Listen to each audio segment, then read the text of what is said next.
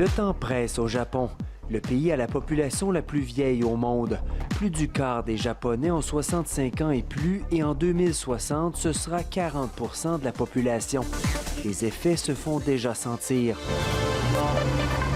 Pour contrer la pénurie de main-d'œuvre, les Japonais misent sur la robotique. Takemura Kenchi a 60 ans. Il a levé des boîtes toute sa carrière.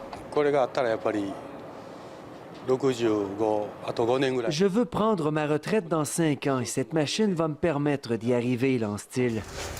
Les charges sont 2 fois moins lourdes selon lui. Avec la crise démographique au Japon, la compagnie Attune a créé cet équipement qui permet de soutenir les hanches et le dos lorsqu'on soulève une boîte, comme dans cette entreprise du port d'Osaka, ce qui permet d'éviter d'avoir plusieurs employés en congé maladie. Le directeur de l'entreprise de transport maritime pense déjà au futur. Il aimerait que les bras de ses employés soient aussi aidés par la robotisation.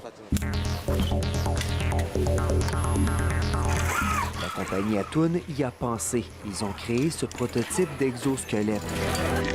Les problèmes démographiques japonais, c'est une occasion d'affaires pour eux.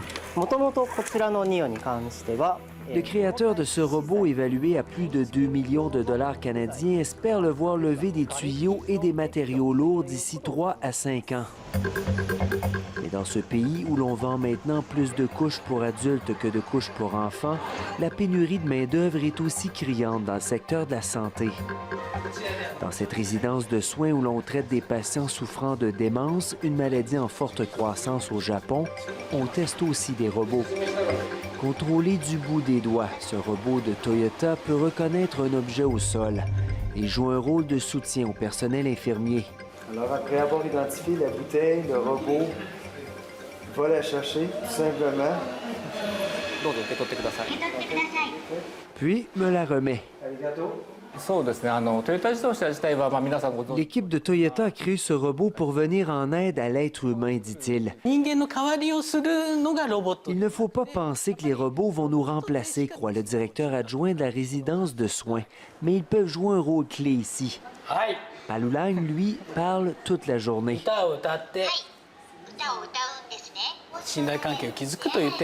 Il reconnaît la voix des patients et se rappelle de leur nom. Ils sont convaincus qu'il parle à Astro, le petit robot. Le compagnon de vie parle de la pluie et du beau temps, selon les informations qu'il va chercher sur le web, en plus de chanter pour ses nouveaux amis. Est-ce que ces robots viendront prêter main forte aux Canadiens dans un avenir rapproché? La population de la Gaspésie, des îles de la Madeleine et des provinces de l'Atlantique est plus vieillissante que celle du reste du pays. Et il y a une pénurie de main-d'œuvre dans bon nombre de secteurs.